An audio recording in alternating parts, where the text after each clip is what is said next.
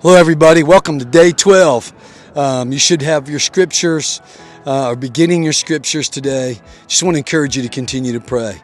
This is what Psalms 127 says, and I'm going to let Pastor Rick, who's walked with me yesterday and today, say something. It says, if God's grace doesn't help the builders, they will labor in vain to build a house. If God's mercy doesn't protect the city, all the sentries will circle it in vain.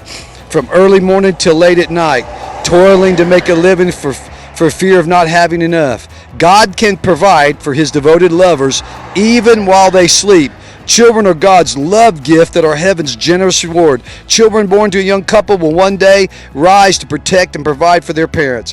Happy will be the couple who has many of them. A household full of children will not bring shame on your name, but victory when you face your enemies. For your offspring will have influence and honor and prevail on your behalf. You know, there's several reasons we're out praying. We're praying for each other, but we're praying for the next generation. We're praying for the next generation. And man, God sets the precedent for family and home unless God builds a house. He sets the precedent for cities unless God protects the city. He sets the precedent for us as workers that man, we can toil all we want to. But without God, real increase and real abundance won't take place. We'll just work ourselves to death. And what profit of man to gain the whole world and lose his soul? Man, we need to trust God that even while we sleep, he's providing for us. This is about seeking God's face and trusting him to fight for us, trusting him to move on our families, our marriages, our children, our city, our state, our nation, every area of our life, our health. And so keep seeking God. Keep pursuing God. Don't stop. Just day 12. We have a long way to go. We're out here on the highway between Clovis and Portales because we've run into weather conditions and flooded roads. But, you know, a man makes a plan, but God guides his steps. He's guiding our steps right to this moment right here. And so now I'm going to let Pastor Rick, my friend who preached on Wednesday night at Church on the Move in Roswell, say a few things before we end today.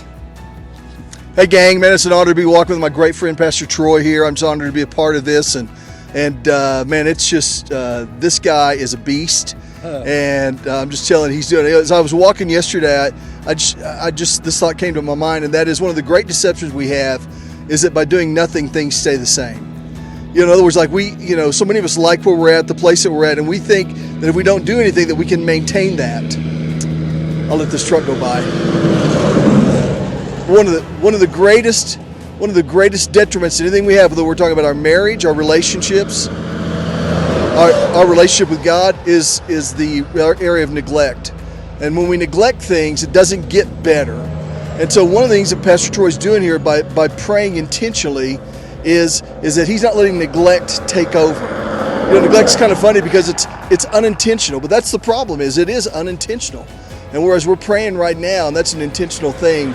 And so, you know, there's something about being active when it comes to our marriage, when it comes to our relationship with our children, our community, our church, and our relationship with God and our nation.